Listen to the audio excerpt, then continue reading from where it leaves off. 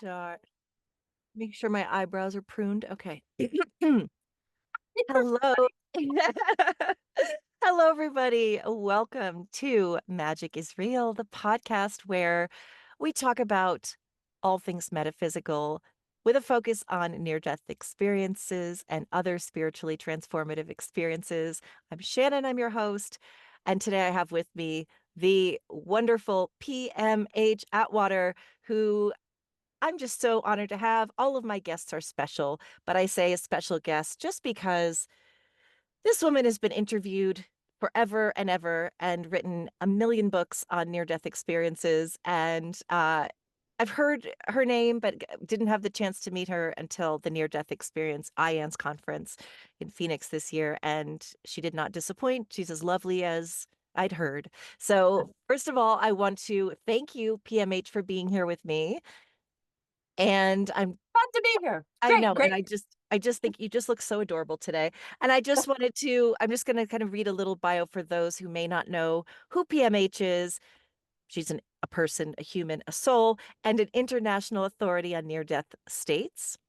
She uses the culmination of her research to establish that the near-death phenomenon is not some kind of anomaly, but is rather part of the larger genre of transformations of consciousness. And I won't read the whole thing because you get the gist. But PMH, thank you for being here today with me.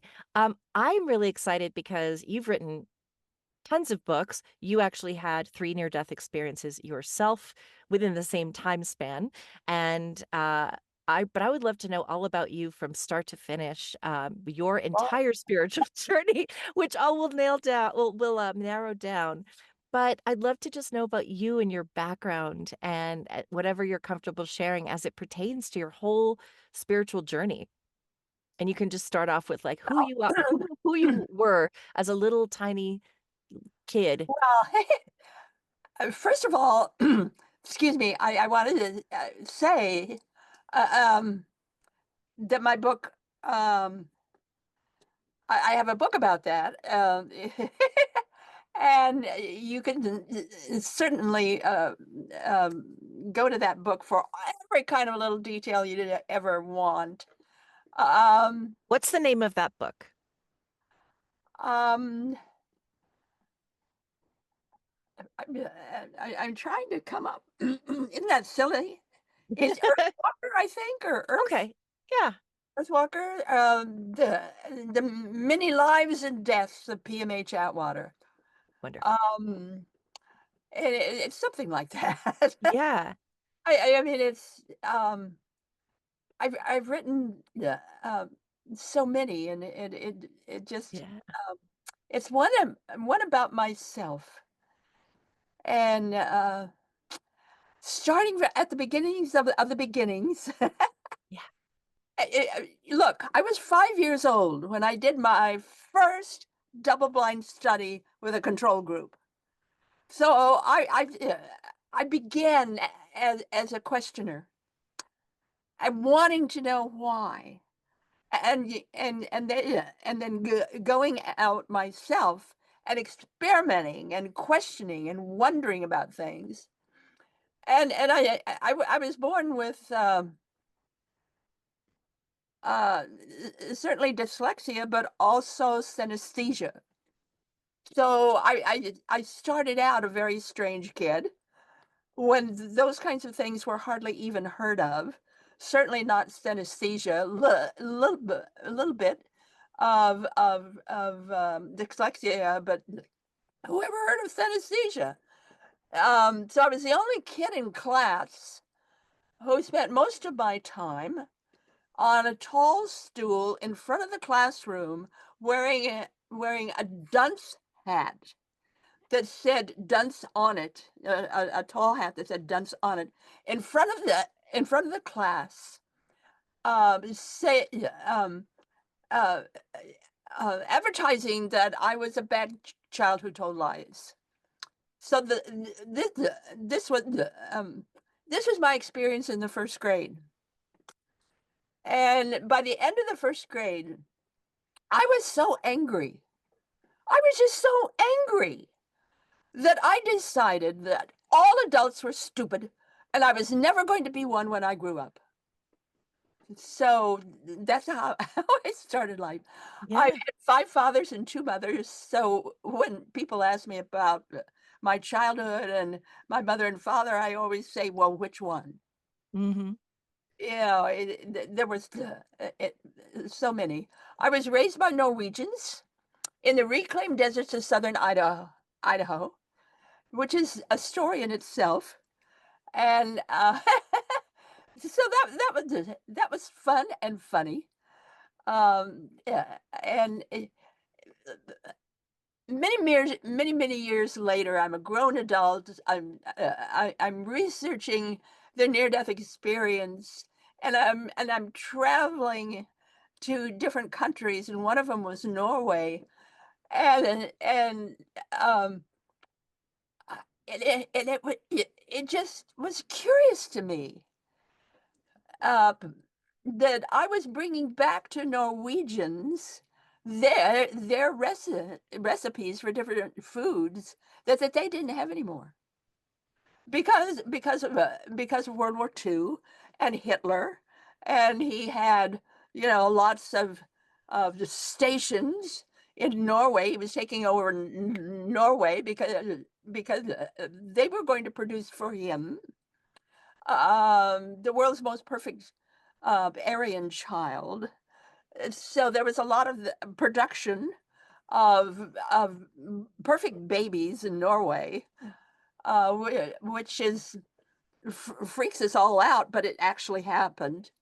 And so a lot of the Norwegians gave up Norwegian styles and recipes and learning because they had to be, perfect Aryans. Germany's style, Hitler's style. Um, so they didn't have a lot of their recipes. So on, I went there 3 times in my work, a- and uh, uh, and I was teaching them how to cook, and certainly the Norwegian style, and that was um, that was funny, and that was thrilling, and that was sad because you know they didn't have their own way of doing things. They had given it up to be perfect Germans, perfect, Nazis. And this is the era I come from, by the way. I was born before World War II. So I was very heavily impacted by World War II, and especially the bombings, and especially what went on in Pearl Harbor. And yeah, just going to school, just walking to school, because I was, staying with the songs, SOGN from the Sognefjord. I was staying with the songs and walking to school. I wasn't with my mother at that time. I was with the songs. So I'm walking to school.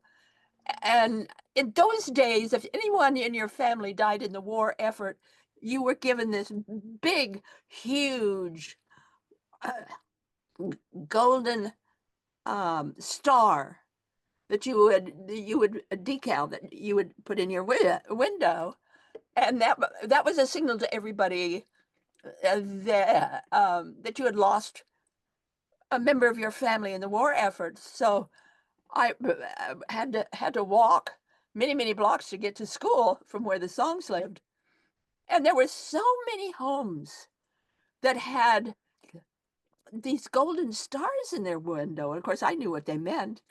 And this one family had about like 4 or 5 new gold stars overnight in their window, and I just stood there and sobbed and sobbed and sobbed because I knew what they were. Um, and by the time I got to school, I was a wreck. I was just sobbing and sobbing because of what I passed through. It was literally a passage of death. So to get to the first grade in Twin Falls, Idaho, I had to walk through this passage of death just to get to my school. And it was what it did was it it forced me to then, throughout school, not get 100% on my school tests, to lower my grade, because I didn't want to.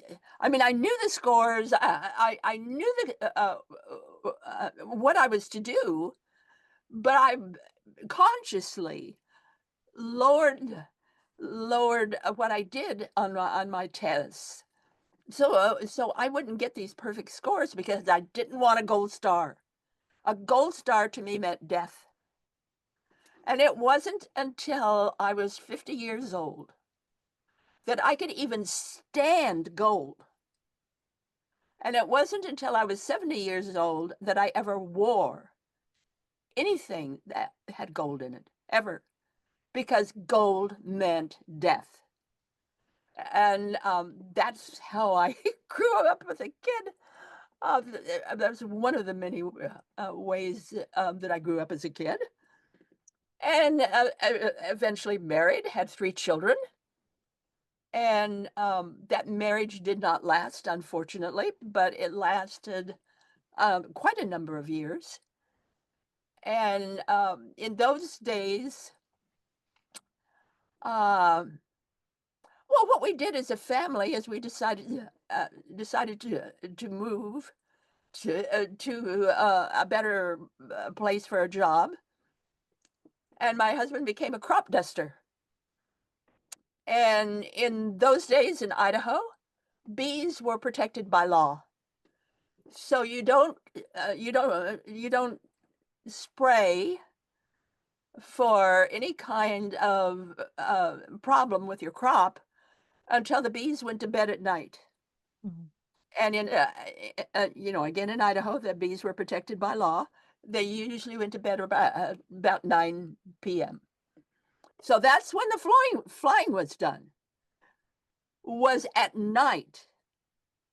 So the guys would go in with a big lights with, you know, um, to to map out or the rows. They'd have lights and then map out the roads so that the flyers, the pilots flying up above could see. And in Idaho, we have a lot of poplar trees, tall, very thin trees.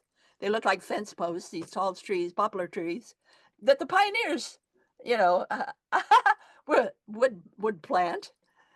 And so you have this field, and it's uh, poplar trees on either side. And so the planes would come in, or the plane would come in and have to go straight up, then over, then straight down. And then the guys on the ground would have these big lights, and they would light up the rows so the plane could spray. And at the end, you had more lights, so they would light up the end of the field, so the pilot then would know he had to right away bring up that plane almost vertical and go over and then come down again. And it was dangerous flying, very, very dangerous, but my husband then could do it and do it well. And he was one of the best ag pilots in the state of Idaho because he could do that. And so at that time, believe it or not, we had the 3 kids, and we made a place for death at our supper tables. There was always the plate and everything, the seat and everything for death, so that our children would grow up knowing death, knowing all about death. Um, and so they wouldn't be so afraid of their father dying. So we always had a place for death at the table.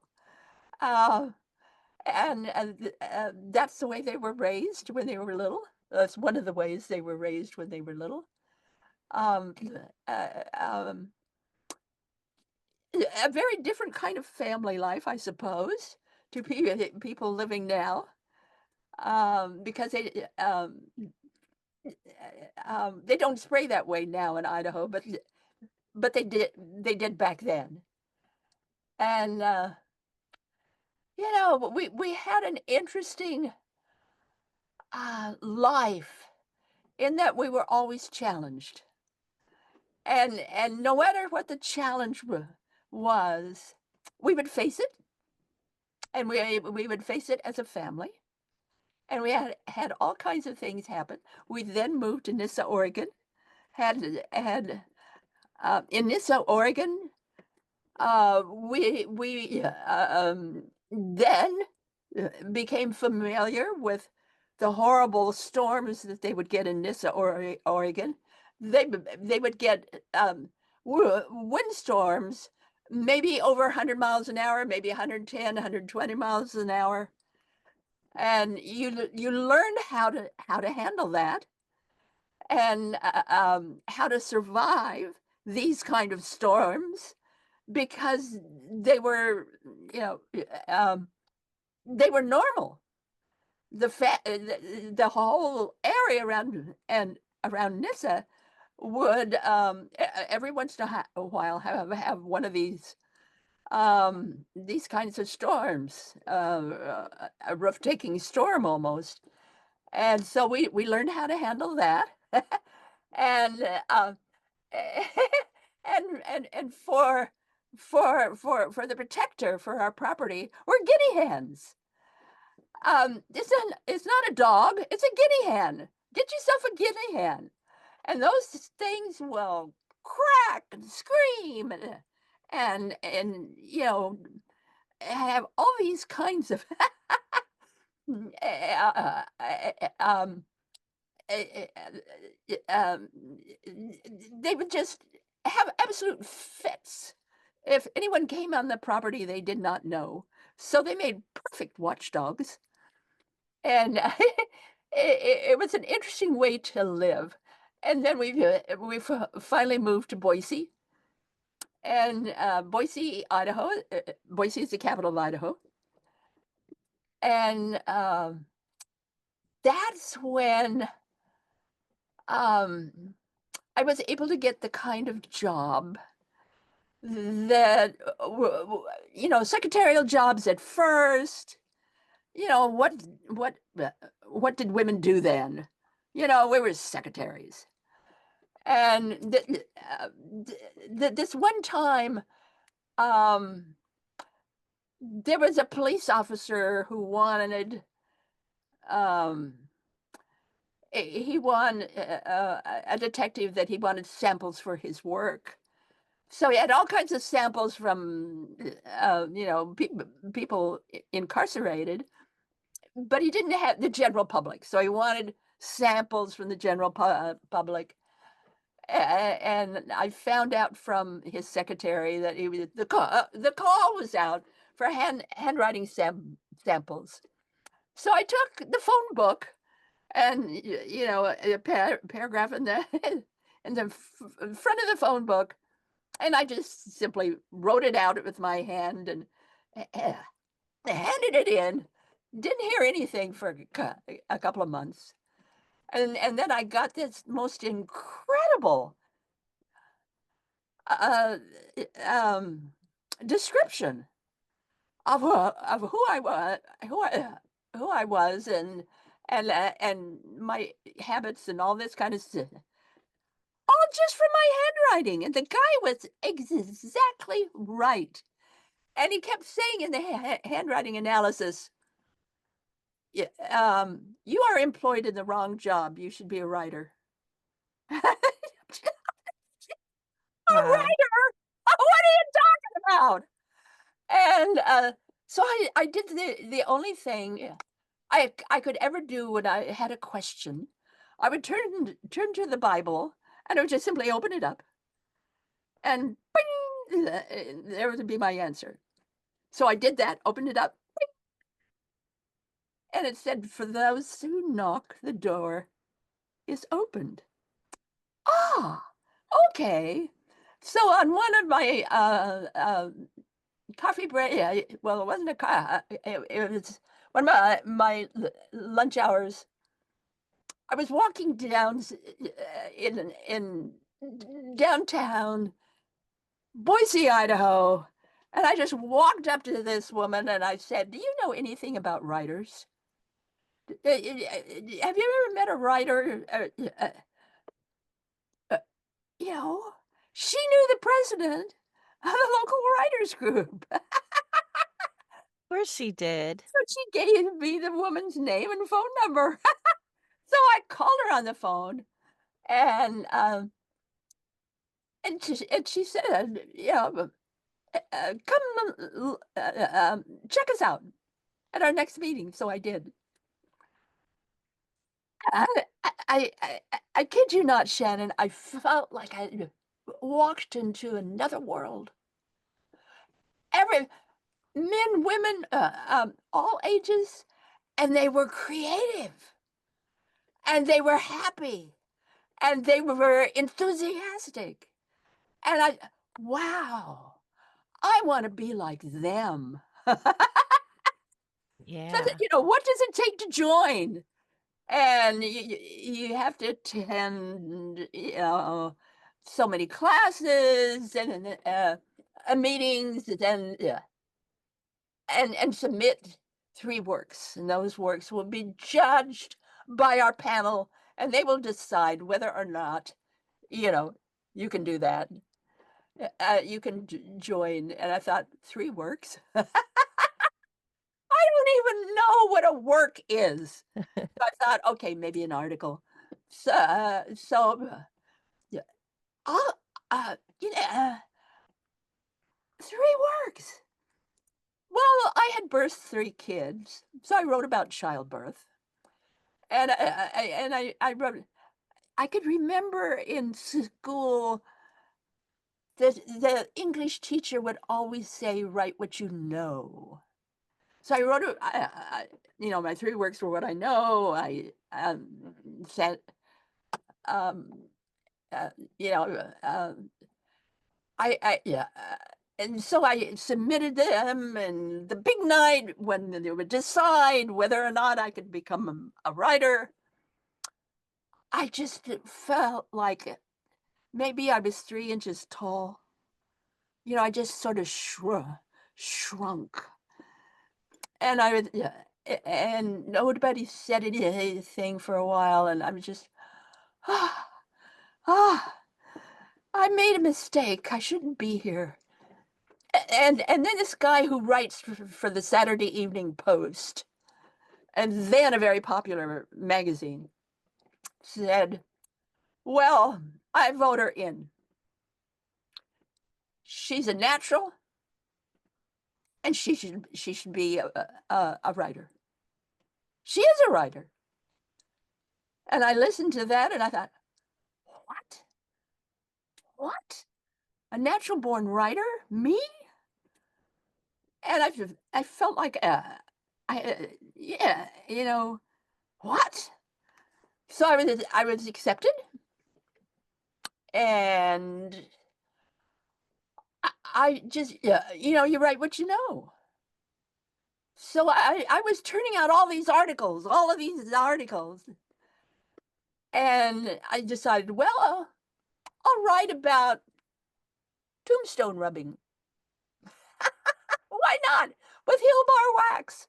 So I got my kids to help me, and we went to the cemetery, and we put up this paper and do the Hill Bar, you know, get an image on the paper. And the Idaho Statesman, the big, newspaper in the state, and the editorial lady, uh, read my article, called me on the phone, and she said, you're a natural born writer. We love what you're doing. Come work for work for the newspaper. Do articles for us." That was so funny because I told my mother before that if I can get a full-time job as a writer within 3 months,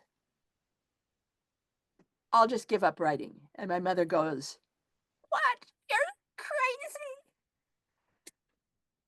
Well, I did it within 3 weeks. I was a full-time writer working for the state of Idaho in the Capitol building. And it's like, wow. So I did that work for, I don't know, maybe a couple of years. The head writer didn't like me at all. She carried a loaded gun in her purse. She smoked all the time. An interesting character. and one time, I got this job assignment that I was. We had a state magazine called Idaho. What? Um, yeah, I think it was Idahoan, and my job was to write an article about Targhee Ski Resort. Well, nobody knew anything about the Targhee Ski Resort because it was brand new. So I told my secretary, I had a secretary then. Woo! I told my secretary, I'm shutting my door. No one is to go. Don't call me on the phone. No one comes in until I open the door. So I sit down at my desk, and I'm there. I'm there. I just sit down, quiet myself, and suddenly I'm at Grand Targhee. And I look over the whole place, all the, you know, everything about Grand Targhee. And then I came back in full consciousness, wrote everything I saw, and to put it to one side, and I use that as my research. And I wrote the article at the base of heaven, and not only was it published, but everybody loved it. And the head of Grand Targhee went to my boss and said, "The next time I come to Grand Targhee, it's on the house." And I thought to myself, should I wear my body next time? That was so funny. And Was that I did was a that lot of that kind of thing. I started uh, Inner Form, and it was a huge organization built up to 3,000 or more people.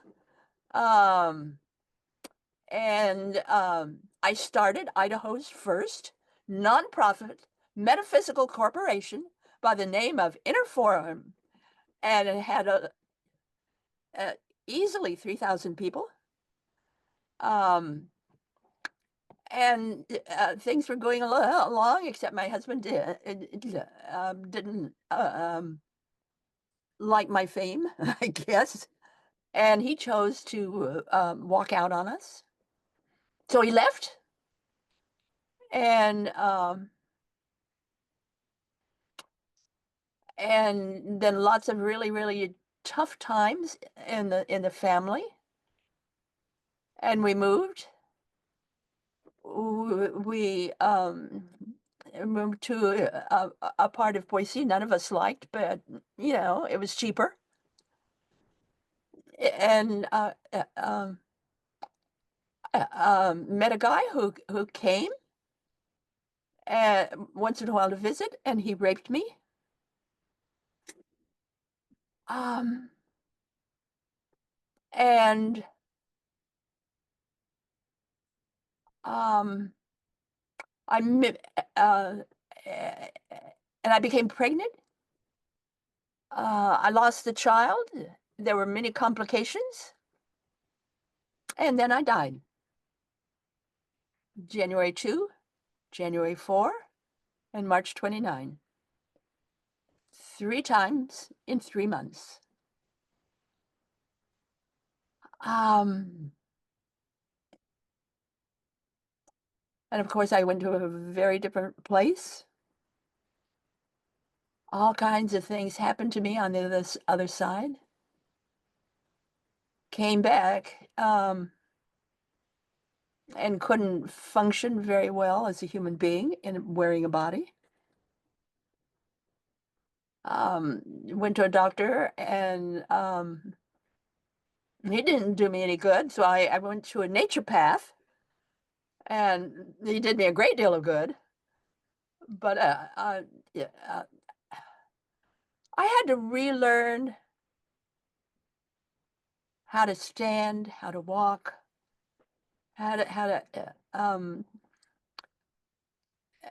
left and right. I didn't understand left and right.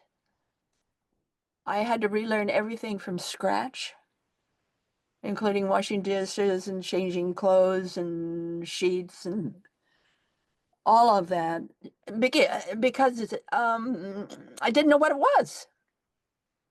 I didn't know what a sheet was. I didn't know what pots and pans were. So, true to my nature, I had them investigated. I investigated them. What's a pot and pan? Um, so I sent off to the different pots and pan makers and asked for their metallurgical reports and found a local uh, um, lab where I could have those tested. And because of that, I threw away every pot I had with a copper bottom. Those hurt you. Um, and I was tossing pots and pans. Um, and I did that with everything, with sheets and soap and everything, because I didn't know what it was. And so I had it all re-identified. Children? What's children? So that was really tough and rough with my 3 children. Um, just identified everything, found out that I could not work as I had before, so I wound up in a bank, working as a writer, helping to do their bank manuals. And I could only work like maybe half a day and then 3/4 a day and finally a full day. And um, one of the things that you might enjoy is being able to walk a full city block without sparklers and without falling. Because every time I'd get confused, all these sparklers would go off from my brain. It sparkles. And to be able to walk a full city block without falling and without sparklers. And being able to uh, to be a full human being again. That was rough and that was hard. How did I be a full human being?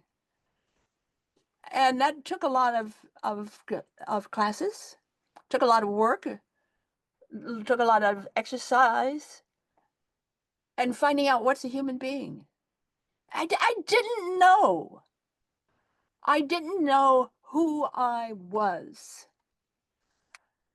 And and I had three relapses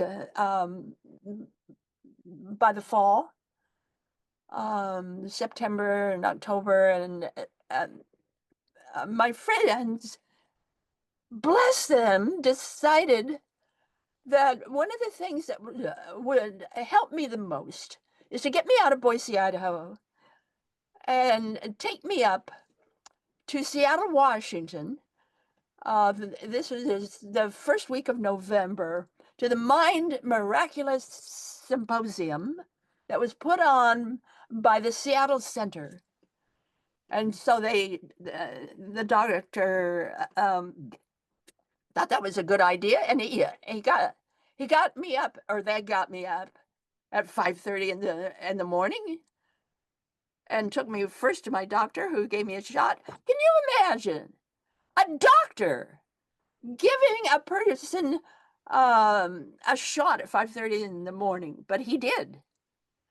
And then I was trucked up to Seattle, and Elizabeth Kubler-Ross, and on and on and on, incredible speakers. And the first speaker uh, just made it for me, absolutely made it for me. He was a physicist from Southern California, well-known physicist, and his talk was the eternal now. And his talk didn't mean much to me, a physicist from Southern California. Ah, but at the end of his talk, he was convinced that through physics you could chart and show what the eternal now actually looked like. And he's flashed up this drawing of his of the eternal now, and it was exactly what I experienced in my third near-death experience. And I jumped up, and I ran out, and uh, under wall sconces in the hallway. I sat down, and uh, I just sort of curled up in a ball, and I kept saying, "I'm not crazy. I'm not crazy." He saw it too. "I'm not crazy. I'm not crazy." And from that, I learned and saw that what I saw was real. It was true. And everything I had gone through was real, and it was true. And I could live with it. I could learn to live with all of this. And when we went home, it's just like overnight, I was a different person. And from then, I could think and feel and be me and live my life, and things made sense. And uh, and one of the things that happened during my near-death experience, the third one, a voice spoke to me. It wasn't like a guide or guardian. It wasn't like an angel. It wasn't those kind of voices. Um, I called it the voice like none other, because I didn't know what other kind of voice. I did, the voice like none other. And it said, and I quote, "Test revelation. You are to do the research. One book for each death." And it showed me what those books were. It did not name the first one, but it named the second and third one. The second one is Future Memory. It's out. It's not a book, by the way. It's a labyrinth. It is a real labyrinth. You have to read it like you would walk a labyrinth. If you do, it will automatically lift and change your brain. It's a brain changer. The third was a manual for developing humans to help anyone and everyone um, learn and grow and become a better person, a healthier person. Yeah, a wonderful book. And it's out, of course, been out for a long time. Future Memory, and and then again, it showed me and made it very clear that I was to do the research on the near-death experience. Well, I was to do the research on these kind of brain changes that happen, and so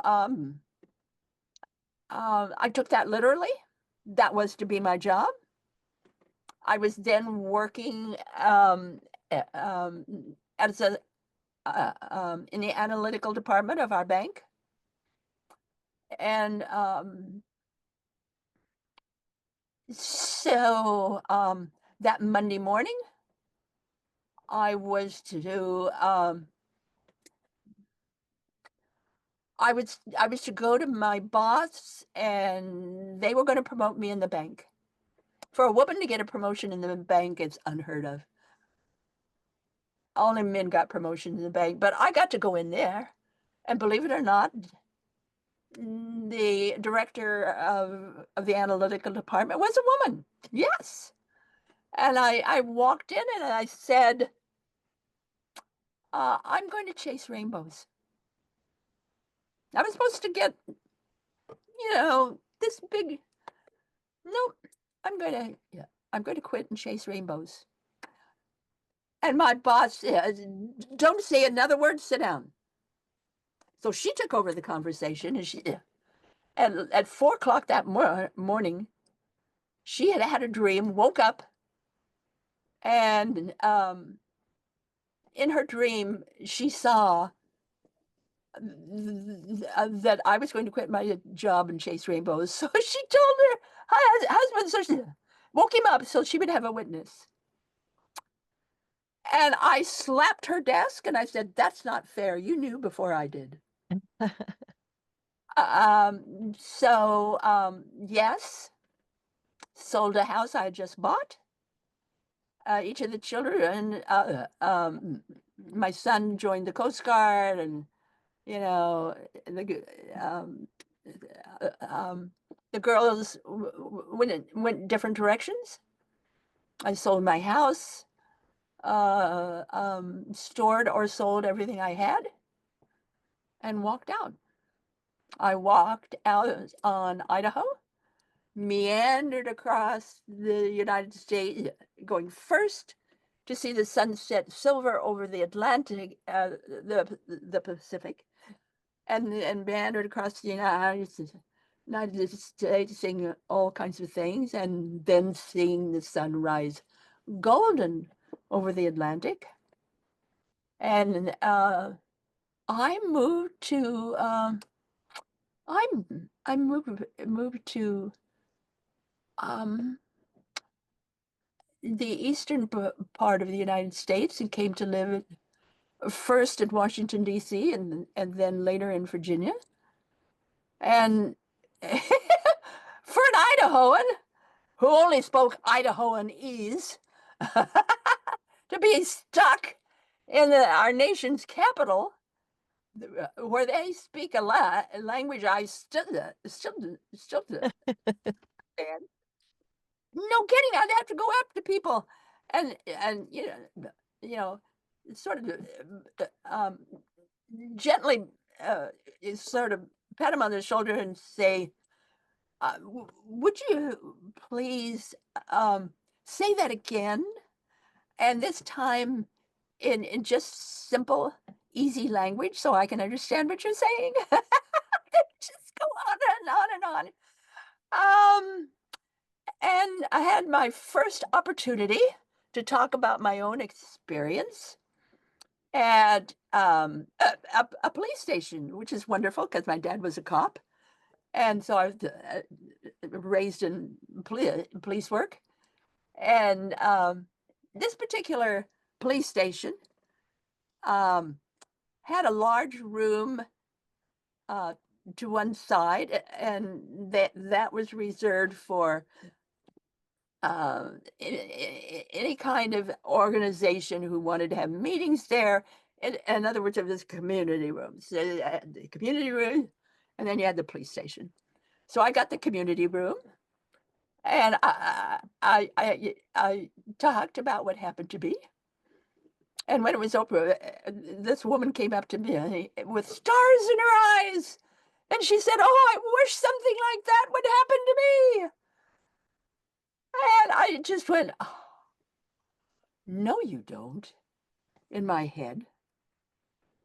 And I felt like I had, I felt this is wrong. This is wrong.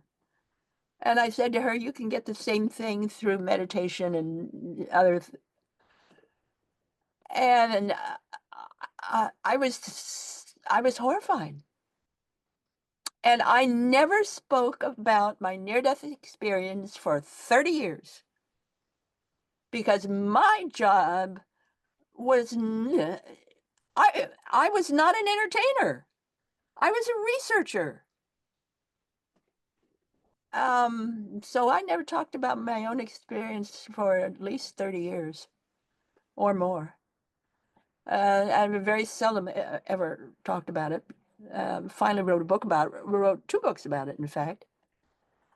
Um, and it was Kenneth Ring who validated the experience through science. He wrote the book.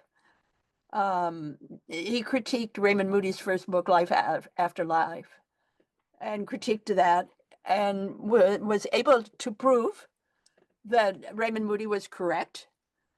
And he found out about me. I don't know how he found out about me, but he did, and he tracked me down. I was remarried then to Terry Atwater, and we were living then in Harrisonburg, Virginia. And he tracked me down by phone, and he said, "Could I come and visit you? You know, Bruce Grayson and Raymond Moody and all these people were going to have this big meeting, and I'll be in your area. Can I come spend the weekend with you?" So he and his girlfriend came, and we didn't sleep. We talked all night. And I showed him my work and my conclusions and everything that I had found, percentages, everything. And he was just aghast. He said, "You know more about the near-death experience than anybody else. You have to come up to Storrs, Connecticut, and join your colleagues." Colleagues? What's that? But I did. I went up to Storrs, Connecticut. I stayed in Ken's sofa bed for a week, and I had been on the docket for maybe 2, 3 months.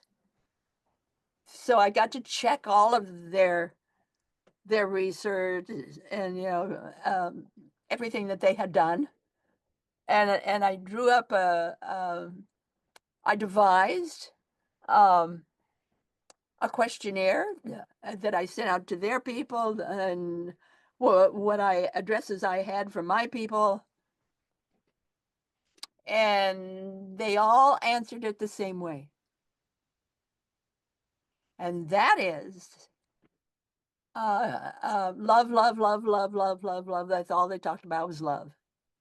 Yet I knew in the people I had interviewed and been with, and almost 1,000 by that time, they were having serious problems in the family, a lot of divorce, a lot of problems, but all they could talk about was love.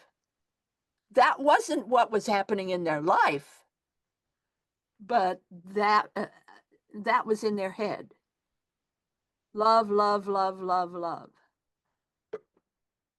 And their group and my group said the same thing. And that alerted me.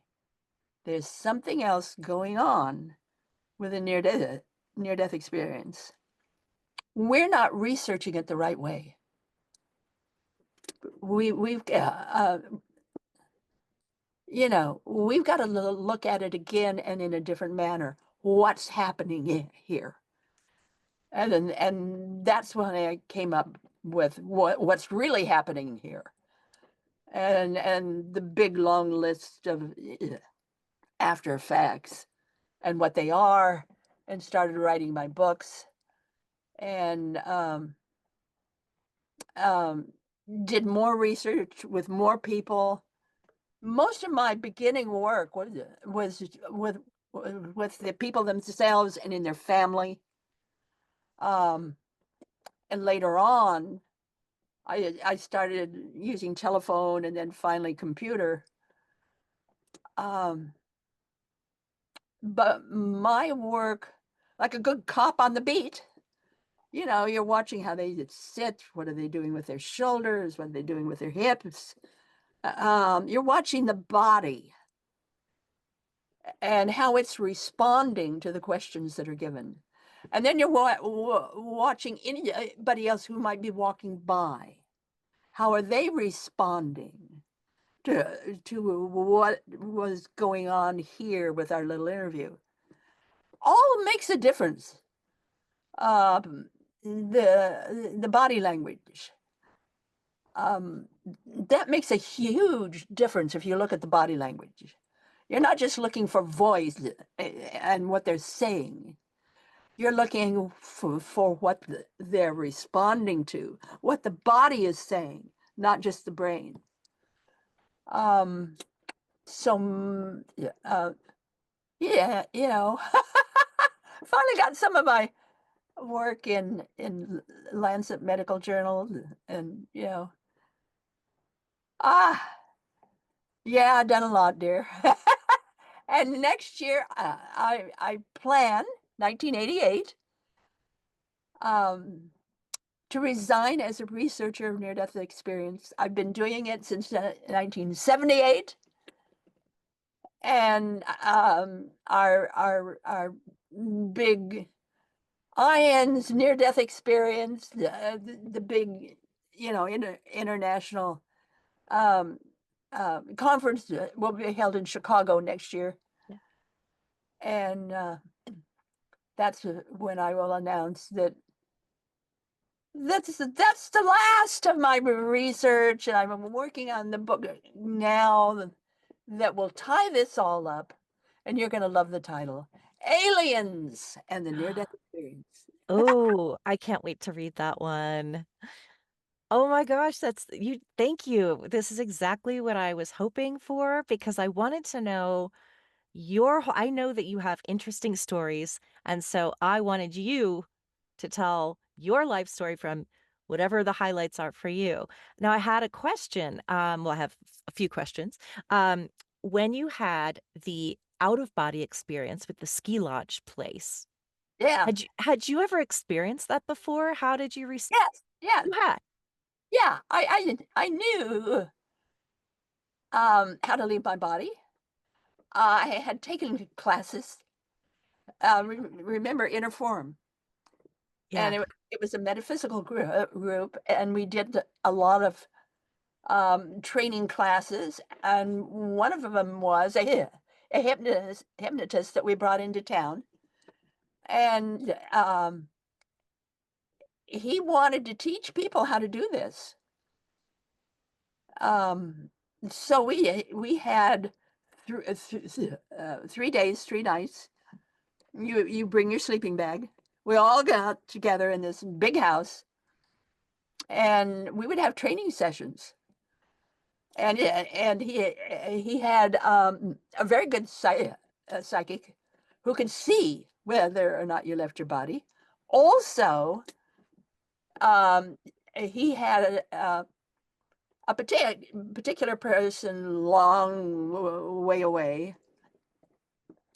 Um, and the critique was that he could call this person at any given time, and that person's then could talk to everybody in the class, and we could then go to his place, look it over, and then give the critique of what we saw.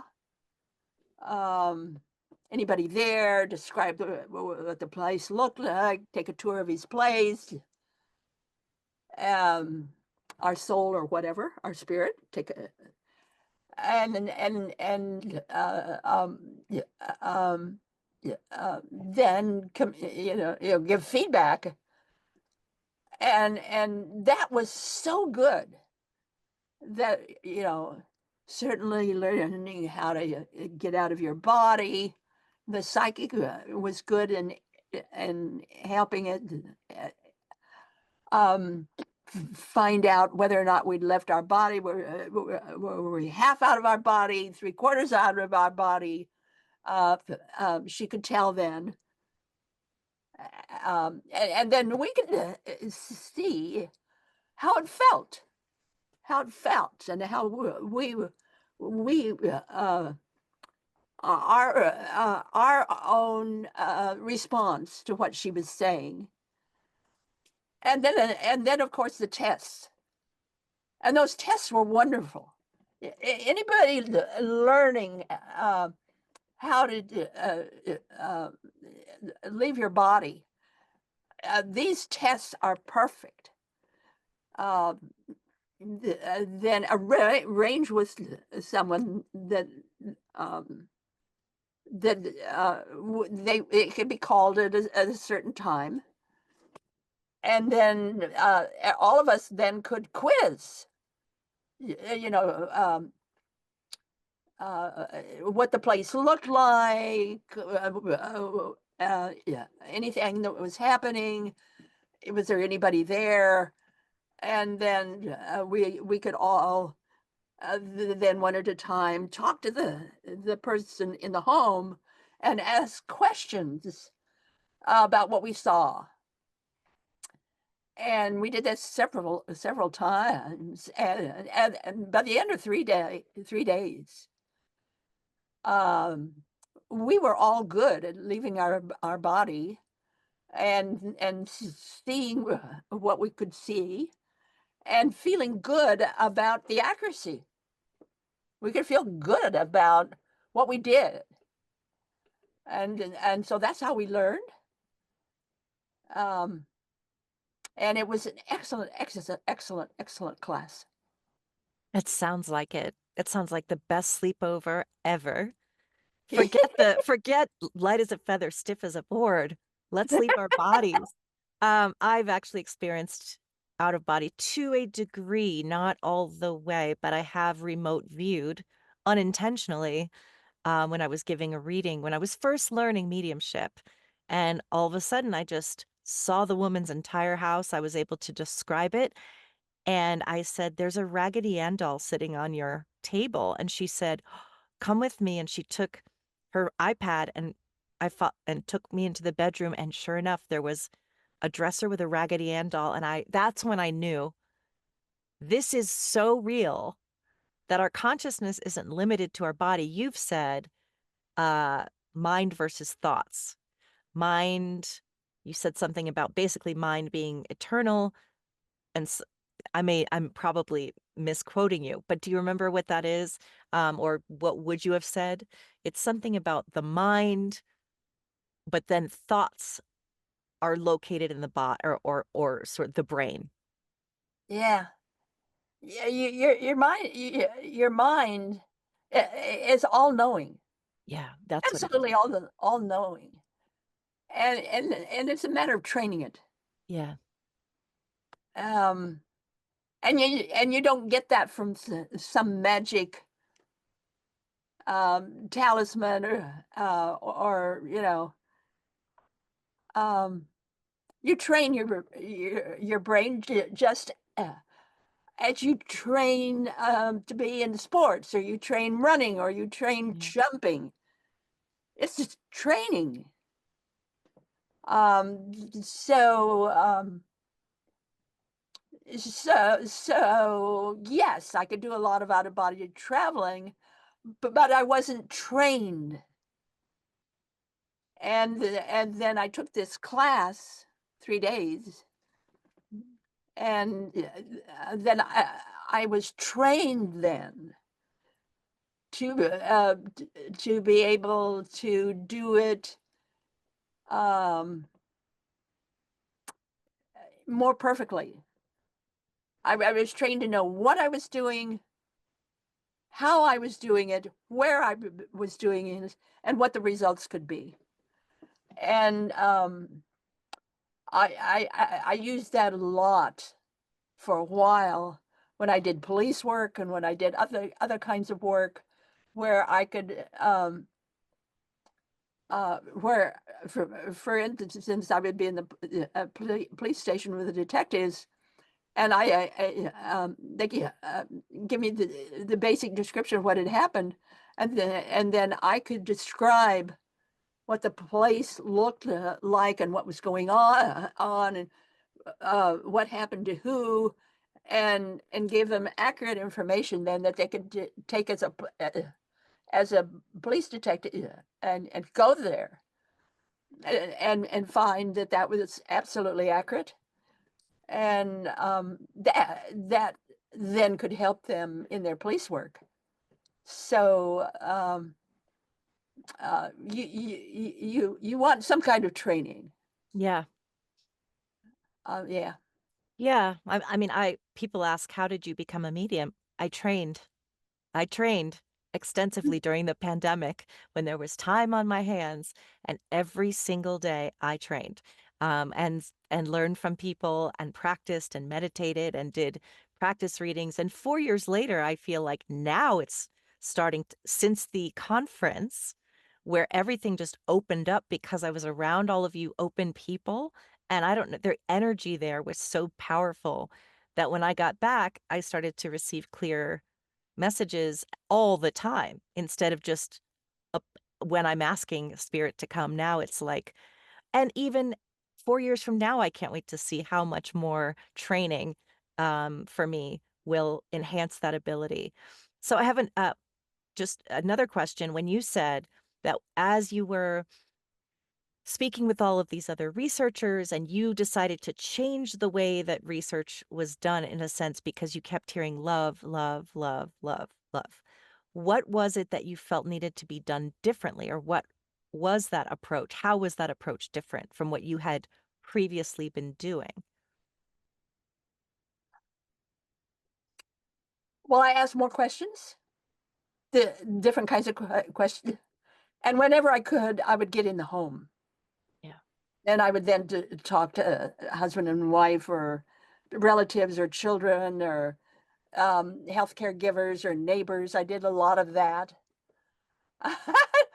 One time, just one time, I was in Minnesota somewhere with a couple of um, psychologists, and there was this block of homes, and I just decided to go knocking on doors. So I did. I did this. Do you know anything about a near-death experience? And the third person had had one. Wow, that's pretty And one impressive. person had one. Ah, I love that. But you've got to know what you know. And this one time, again in Minnesota, where was I? I forget the town again. I was at a morgue, and this particular morgue had a very large room where they had training sessions of various kinds. And this one particular time, that this church um, and various people in the church and various people in town found out I was in town, and so they all gathered that night to talk about near-death experiences. And I was at the chairs were kind of like in an oval, and I was at one part of the oval, and just opposite me was at the other part of the oval. And I was talking about the near-death experience. I mean, what it really is and what it's really like.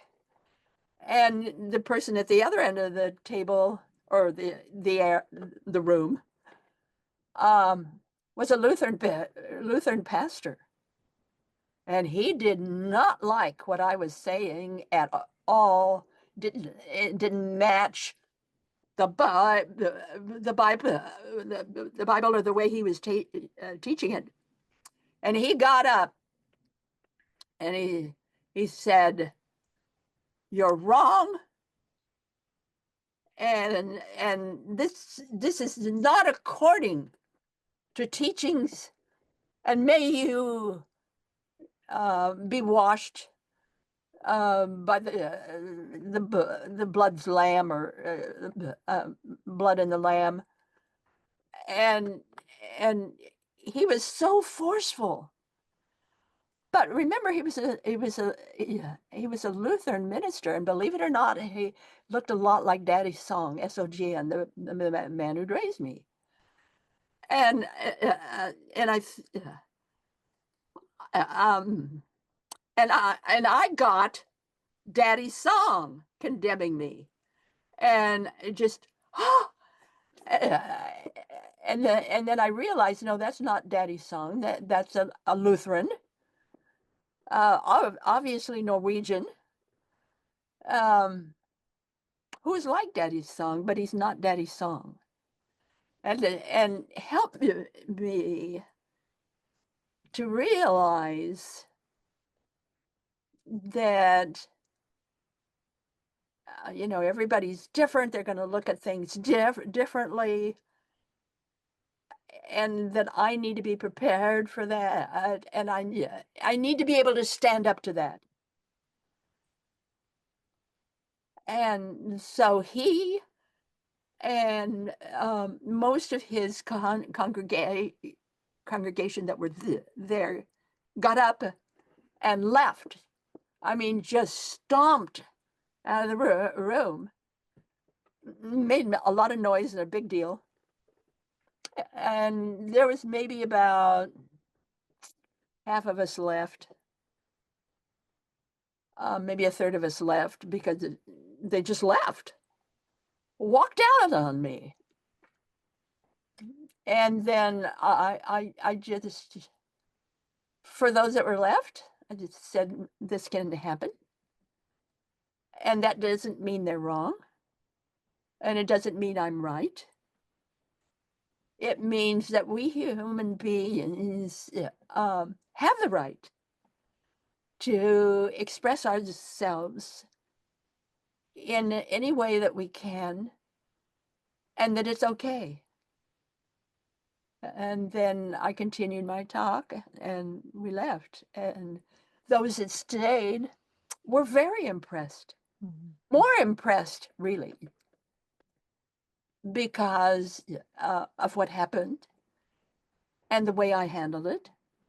And it helped them to realize that this is true, that that this kind of phenomenon can occur. but it changes. It can change according to how we describe it. The phenomenon is true, but the way we describe it, just describe it, can alter how we discuss it and how we feel about it, but it doesn't change the experience. It changes how we describe it and how we choose to take the information in. And yeah, it was a good learning lesson for me, and it was good for everybody there. And I treasure that experience. It was, I think, one of the better things that happened to me in my many, many, many years, 44 years of doing research. Um, and it was a valuable lesson, and I think a blessed lesson, and I'm glad. Yeah. Thank you for sharing that. I just have one more question for you. I want to honor your time and your energy, but this is something that really intrigued me. I heard you speak not today, but in another interview where you talked about your experience, your near death experience, one of them. And you said that you became a creator and that everything you said, if I wanted to build a house, I just build a house. It's like bewitched. You just wiggle your little nose and everything Every- everything forms. And I've heard that not just from you, but from so many near death experiencers where you imagine it and it is real. And I would like to know how that translates to because we are souls in these human bodies living in a denser reality in this 3D world. Are we able how are we able to be creators here in this plane, in these bodies, in similar ways, or do we have that capacity as human beings to be creators to that degree? I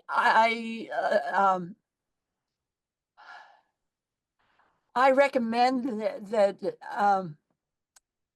get the book, A Manual for Developing Humans. That book will help Okay. you a lot Great. because there's a lot of do's and don'ts in there.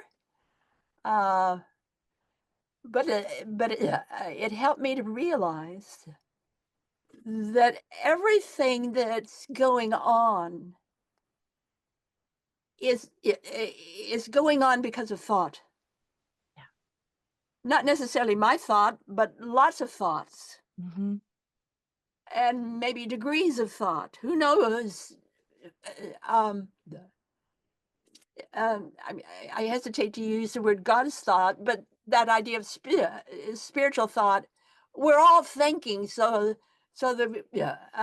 we've got these layers and layers of thoughts, and we all know how we feel when right now. How are you feeling about Palestine? How are you feeling about Israel? How are you feeling about the election that's coming up between Trump and Kamala? These feelings, these thoughts, um, the air is rife with it. These thoughts are going on all the time, everywhere, every day. How do we handle thought? Well, I think the first thing we do is realize that thoughts are things and they're an energy and they are occurring all the time.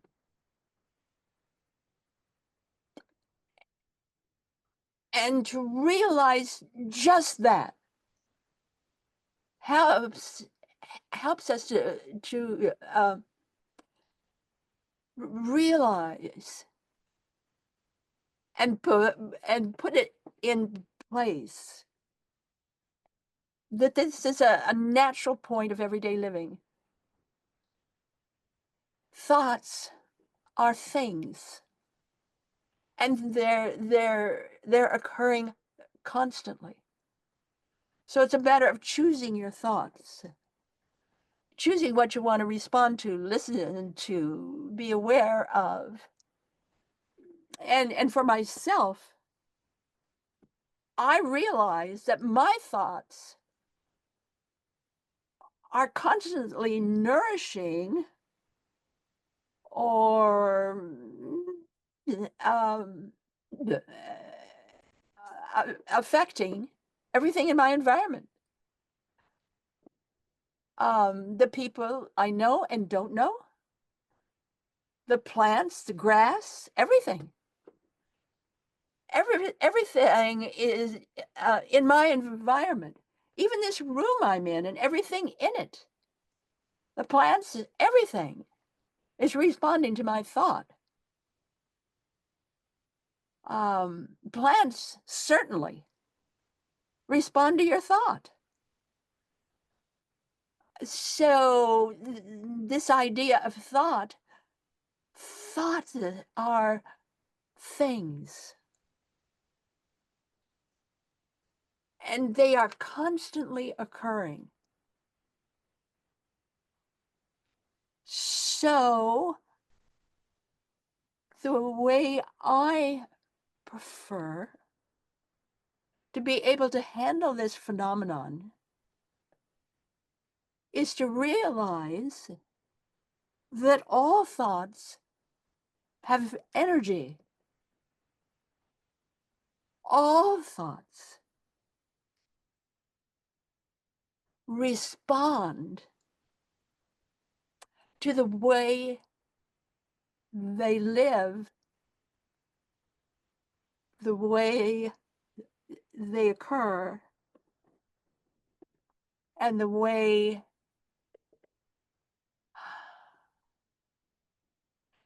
they act. And so, in my prayers each morning, in my meditations each morning, I bless the world. I bless the thoughts. I bless the energy that I live in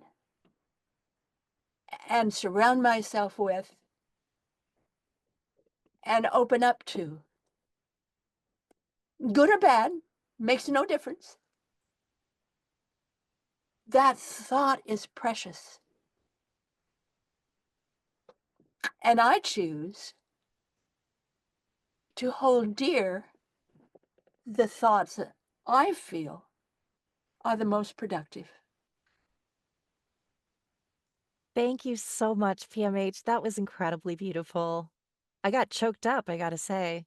I just appreciate you so much being in this world, sharing what you know, sharing your experiences, and continuing to show up. Even though you're ready for retirement, you're always so loved in our community, and I'm sure among anyone who meets you and knows you. But I am so excited to I want to share. tell something to everybody. I Yes, I have a free monthly tell us about it. and I say it's only for the curious. So if you're curious about anything and everything, sign up for my newsletter. You go to my website, www.pmhatwater.com. And once you're on the website, go over to newsletter and you sign up there. There is an archive, and you can get into the archive and read past issues. They're all different because I honor everything that occurs. Good, bad, or indifferent, doesn't matter. I honor everything that occurs. And again, my newsletter is devoted to whatever is curious in the world. Doesn't matter, good, bad, or indifferent, whatever is curious. And so if you like curious things, subscribe to my newsletter. It comes out Best every. pitch ever. I am subscribed and I'll have the link below. PMH Atwater, I'm sending you so much love. Thank you so much for showing up and for just being such a light. You're gorgeous and I love you. We will be in touch soon and thank you so much once again. You too. Bye-bye. Bye-bye.